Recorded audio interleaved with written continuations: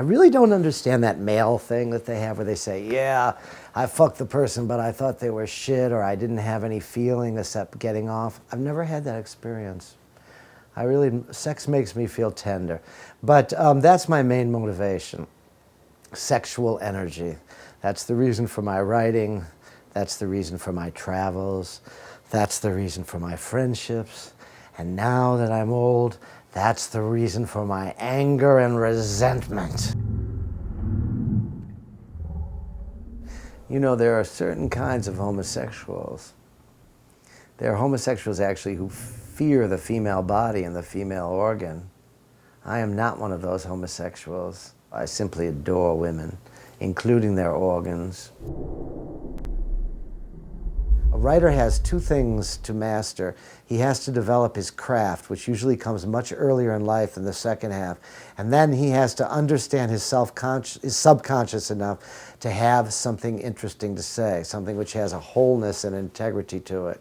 And no matter how many hours you spend in writing school, or no matter how much money you spend in writing school, you will never, never, never achieve that sense of integrity and self-knowledge that you need in order to write a novel. Artistic creation is a mediation between your conscious life and your subconscious life. You do not know what you have created until you're finished and have time that distance you from it, because you're playing with threatening material that you cannot stand to make conscious and that you have to express this way. You have to play cat and mouse with those energies. You can't grasp them directly because they're too disturbing, they're too disruptive.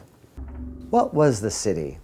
It was a chance for members of different classes to encounter each other temporarily, to get heavy sensory experiences and then move on. There was something that we call downtown in most cities, that we call midtown here in New York City, and that the ancient Romans called the marketplace or the forum. It was a place where people of all classes could cross each other's path, where the senator could walk past a beggar who would demand alms from him, where a prostitute could solicit a physician. There was a whole millennium in which the city was defined like that. And the city was also a wonderful place for those who were not married, who were not part of the family unit. And there was a whole world that went on, a very libidinal world that went on outside the circle of the family. So the city was an intergenerational experience, the city was an interracial experience, and the city was an interclass experience, even if those experiences were not wholesome, or even if they only lasted a few moments. The space of walking through Grand Central Station and seeing people of every color and every class. Once the city was cleansed of its poor, such as happened to New York in the 90s, when Giuliani and the others sold out Times Square to the Disney Corporation and to other capitalist forces, that urban experience was gone. And all that was needed was the development of the internet to erase city space and all of its adventures completely. The Gay Liberation is definitely a story of gentrification. It's definitely a story of the more economically powerful, more educated people seizing control of a burgeoning identity politics movement and putting their stamp on it and defining it the way they want it to be. There were a lot of people who weren't quote-unquote gay, but were members of the same community as gays, especially in small cities. When you went to the only gay bar there were not only gays but lesbians, not only lesbians but a couple of drug dealers, people of other races, unmarried people who had been rejected by their families, people who had had problems with mental illness. It was a whole hodgepodge of outsiders who felt at home every single night in what was called the gay bar there. And once gay politics came along and gay identity was defined, those people were completely eliminated, and it's heartbreaking. And I miss them because some of them allowed me to give them a blowjob. The values of bohemianism.